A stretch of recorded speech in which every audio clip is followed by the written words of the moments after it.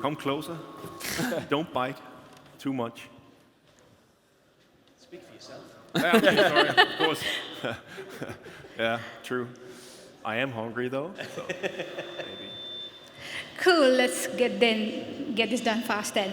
We'll go in the order of your talks during the day. So first one is for you, Christian. It's a question from Pascal, who asks, do uniform created front-end pages support a content security policy set not to accept unsafe inline scripts? Yeah, it's a good question. So uniform basically don't put any constraints on how you create your pages. So what you saw was essentially we create all the orchestration that is underneath how you choose to build your front end and whatever security policies you want to apply. Anything goes. We don't put any restrictions on that. So if the security policy is as described, that's what you need. You just deploy it. That's not an issue for us. I don't know if Pascal is still here. Is he? No. No? Awesome. Sure. Another question. Do you have any supported client libraries, or do you have a client library of your choice? No, we support any client library, basically.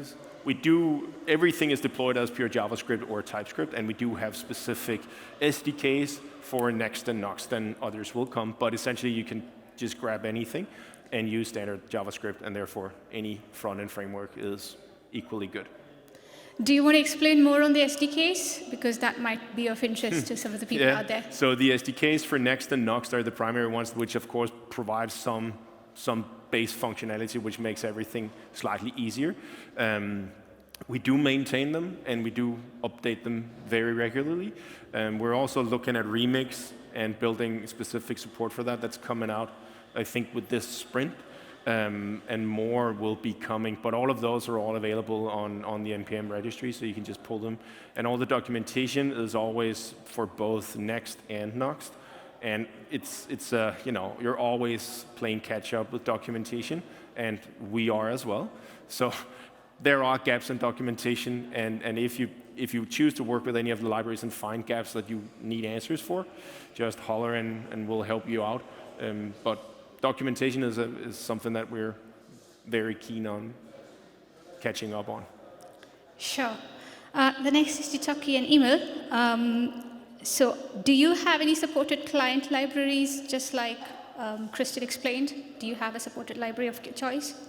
We differentiate between the server side and the client side. And for the client side, we don't have any client libraries or SDKs for the client sides, mainly because what you need to do when you interact with our delivery API is so super simple that it really doesn't make a whole lot of sense for us to force you into a specific way of doing that. If you can call an endpoint and get some data back, that's pretty much all you need.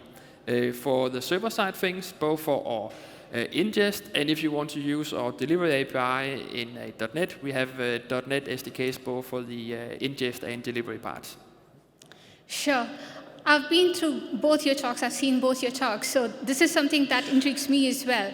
You are primarily concerned about hardcore and bringing the data in from hardcore to uniform, while you are primarily on-premise. You're talking about Umbraco 8, 9, probably 10, even 7. So apart from these, are there any big differences between what enter speed is and how uniform works as well? Do you want to go first, or should I go first? We Yeah, just spent the last 30 minutes discussing this, and it was actually a quite interesting conversation. We met, I think, a year ago, the first time when you guys. The way we see it is that InterSpeed and Uniform are complementary products. We're not overlapping in any way, shape, or form, basically.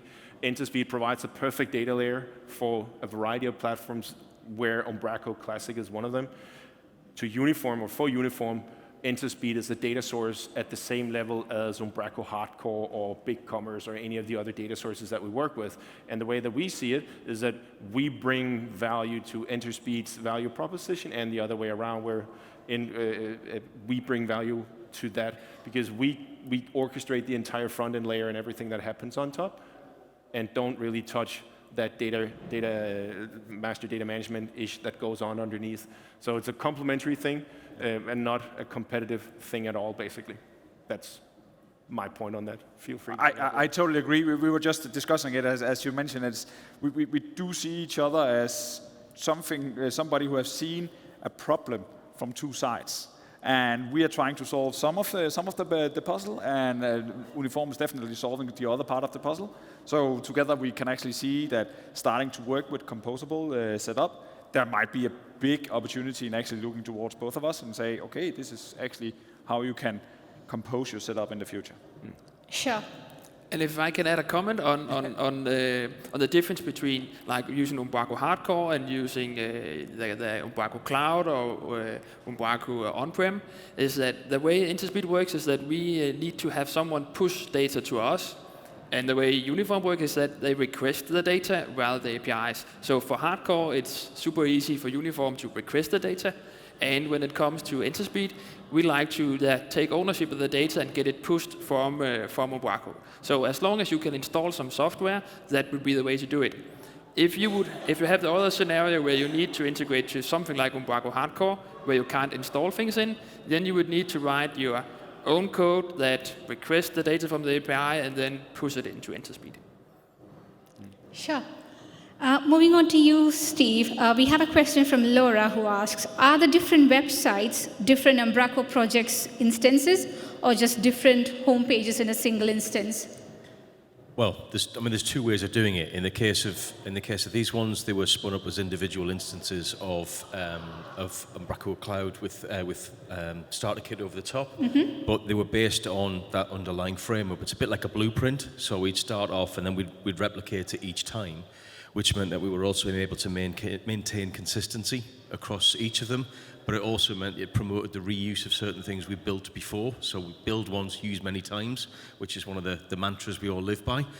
So yeah, you can do it, but the same principle would apply if you built it in classic Umbraco, for example, where you might build it in a multi-site format, where you'd have one underlying version of Umbraco and then it feeding out to multiple sites on the front end.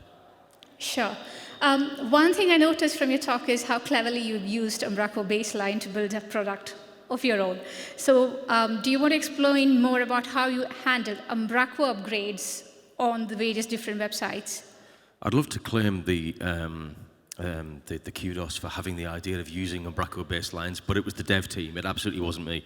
But but yeah, I think in terms of, the upgrades thing is really important, okay? And actually building those platforms in the right way to make it easier to manage and maintain is fundamentally important, okay?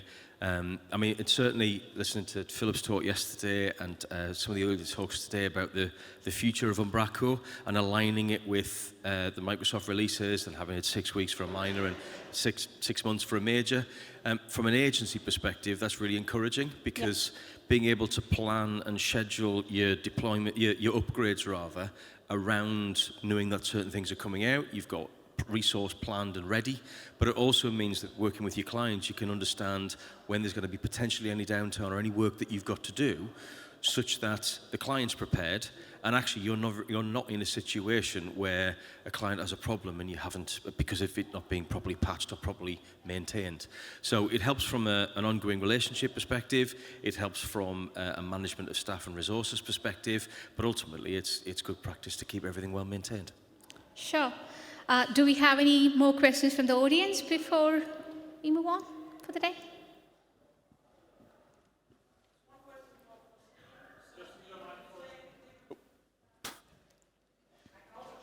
Do you want to take this one?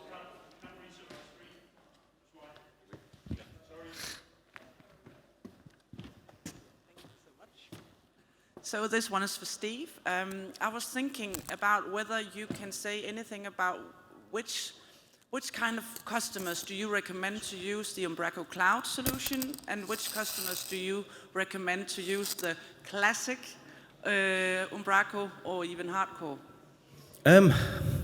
There's no single answer. There's no formula, if you like, for that, because it very much depends upon a client's requirements. Okay, with the Bruntwood instance, okay, they needed a very, very rapid turnaround. It was one site that we needed. They had a problem with the marketing campaign.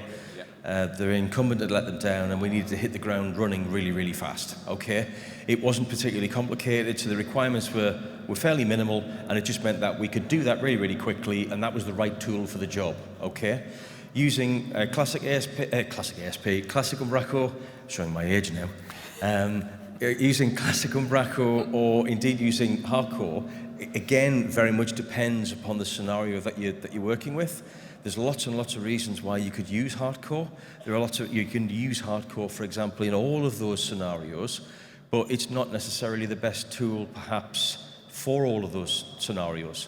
So if you, for example, you're just building a site that it's only ever going to end up as just one site and you're outputting to one destination, then actually some of that decoupled technology, and it's not in an omni-channel environment, so are you ever actually going to need to feed it out to those areas? And it begs the question, is that the right tool for the job? So actually our approach is really and that's not to say that's a problem with hardcore, it's more about just using the right tool for a particular job. So from our perspective, we look at it and go, what is it you're trying to achieve? Because we love all three tools, okay? But actually, which one's the right one to service the customer's needs, and then pick appropriately. Any more questions? Okay, that is it, I guess. Thank you, everyone. Thank you. Thank you.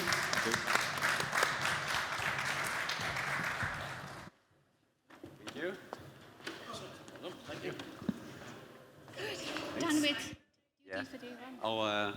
Yes. Thank you, everyone. So that's the last session of today in the barn. There are still some sessions in main stage, so if you want to see more, there's more in main stage. Thank you.